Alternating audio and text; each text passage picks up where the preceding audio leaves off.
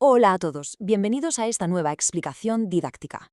Vamos a sumergirnos directamente en uno de los debates más fascinantes en el ámbito académico de la neurociencia y la lingüística. A ver, tradicionalmente se nos ha enseñado a pensar en el lenguaje de una forma muy específica, casi como si fuera una pieza de hardware que llevamos literalmente integrada de fábrica en el cerebro desde que nacemos. Sin embargo, cuando rascamos un poco, vemos que hay un conflicto monumental entre estas definiciones clásicas y lo que realmente está pasando a nivel neuronal. Así que hoy vamos a desmontar este enigma juntos.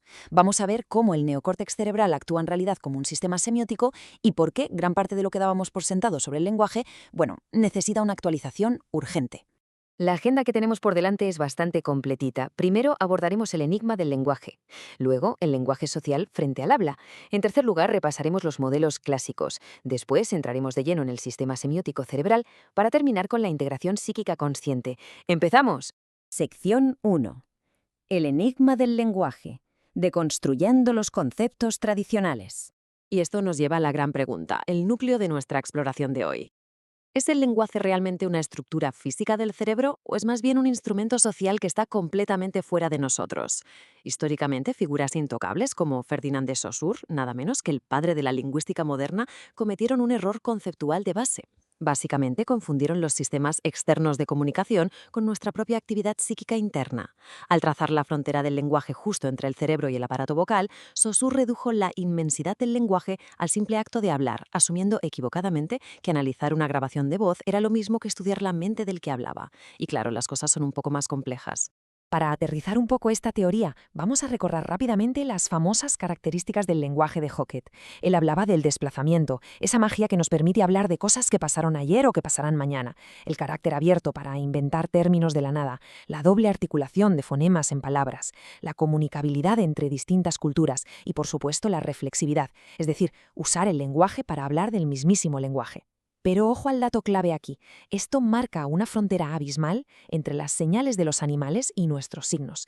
Los animales transmiten señales biológicas, sí, pero nosotros creamos signos externos que son capaces de contener, congelar y preservar la información de toda una sociedad.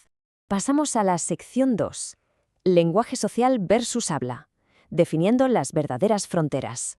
Fijaos bien en este contraste porque es literalmente el corazón del asunto. A la izquierda tenemos el lenguaje. Es extrapersonal, es social y es completamente material. Existe ahí fuera, en las ondas sonoras, en la tinta de un libro o en los ceros y unos de un disco duro. Es materia inerte. Pero a la derecha tenemos el habla. El habla es intrapersonal, es puramente psíquica y es celular. Es la actividad metabólica de nuestras neuronas trabajando a toda máquina. El lenguaje es el código muerto de la sociedad, mientras que el habla es la actividad preconsciente, viva de nuestro cerebro, que hace de puente entre la consciencia y nuestro mundo interior. Para cualquiera que se dedique a la neurociencia o a la psicología, tener clara esta separación es absolutamente vital.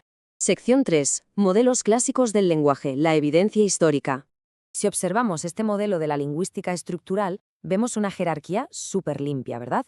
Estratos fonológicos, morfológicos, sintácticos, todo muy ordenado. Pero, un momento, este modelo lo que hace es describir los hechos del lenguaje una vez que ya han salido por la boca del hablante. Es, por así decirlo, una autopsia del sonido o del texto escrito. No nos dice absolutamente nada sobre cómo el cerebro humano ha generado ese pensamiento o cómo ha procesado la emoción antes de emitir la primera sílaba. De forma paralela, llegaron los modelos psicolingüísticos. Seguro que suena a Chomsky con su gramática generativa o las teorías basadas en el puro conductismo. En estos marcos, el verdadero milagro del habla humana se redujo a menudo a una simple cadena mecánica. Nos trataban casi como computadoras con procesos de entrada y salida, ignorando por completo que detrás de cada palabra hay una red psíquica inmensa, llena de emociones e intenciones, que es la que verdaderamente enciende la comunicación. Y bueno, si saltamos al terreno neurológico, nos topamos con el gran clásico, el modelo de Wernicke-Geschwind. Lo hemos usado durante décadas, sobre todo para explicar las afasias. Nos habla de una cadena de áreas corticales conectadas en serie, arrinconadas casi en exclusiva en el hemisferio izquierdo, yendo desde la audición hasta el área motora. Pero ¿cuál es el problema? Pues que cojea del mismo pie. Asume que el lenguaje es un proceso lineal y estrictamente cognitivo. Se deja en el tintero toda la parte afectiva y volitiva. Y seamos sinceros, hablar sin afecto o sin voluntad no es comunicación humana real. Sección 4. El sistema semiótico cerebral, el nuevo modelo del habla. Aquí es donde la cosa se pone realmente interesante. Vamos a redefinir las reglas del juego. Olvidaos del habla como una simple salida de datos. El habla personal es un sistema psíquico de pleno derecho que opera en el nivel preconsciente. Imaginaos que es como el traductor diplomático que media constantemente entre nuestra conciencia plena y el abismo de nuestro inconsciente. Es una estructura cerebral que todos nosotros, sin excepción, tenemos que construir físicamente en nuestro neocórtex durante la infancia para poder agarrar ese lenguaje social externo y hacerlo nuestro. Y ojo a esto, porque esta actividad preconsciente no es un bloque sólido y aburrido. Está dividida, con precisión milimétrica, en 3 subsistemas psíquicos que viven en nuestras áreas corticales de transición. Es la regla de 3. Tenemos un sistema prosódico, que se encarga del afecto, un sistema léxico, dedicado a lo puramente cognitivo, y un sistema sintáctico atado a lo connativo, es decir, a nuestras ganas y voluntad de actuar. Vamos a destriparlos uno por uno. Primero, el sistema prosódico. Y aquí rompemos por fin el monopolio del hemisferio izquierdo. Este sistema vive en la corteza temporal del hemisferio derecho, lo que muchos llaman el área de Wernicke derecha, y su trabajo es fascinante.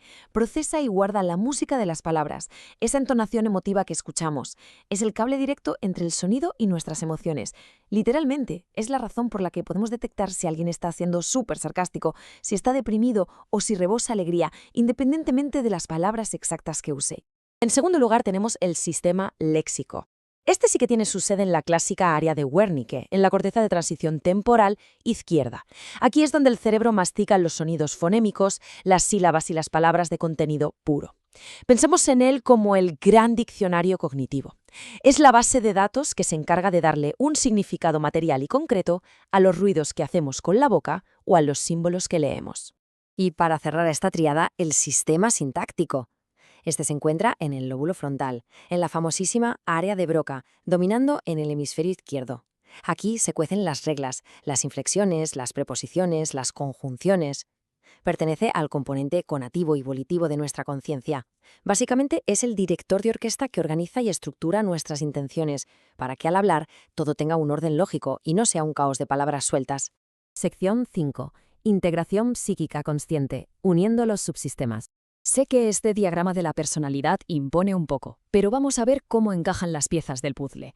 En la base del todo, la inconsciencia. En la cima, nuestra conciencia despierta. Y justo ahí en medio, en ese estrato preconsciente, es donde operan a la sombra los sistemas prosódico, léxico y sintáctico que acabamos de ver. Son el puente indispensable, no son islas. Están constantemente mezclándose con nuestros sentimientos, nuestro intelecto y nuestra voluntad para que la información suba a la superficie. Lo que esto significa en nuestro día a día es que este trabajo silencioso y preconsciente del habla es la gasolina de nuestras capacidades mentales superiores. En la superficie consciente usamos estas herramientas para comprender el mundo que percibimos. Usamos palabras para ponerle etiquetas a lo que imaginamos. Tiramos de reglas sintácticas para construir razonamientos lógicos complejos.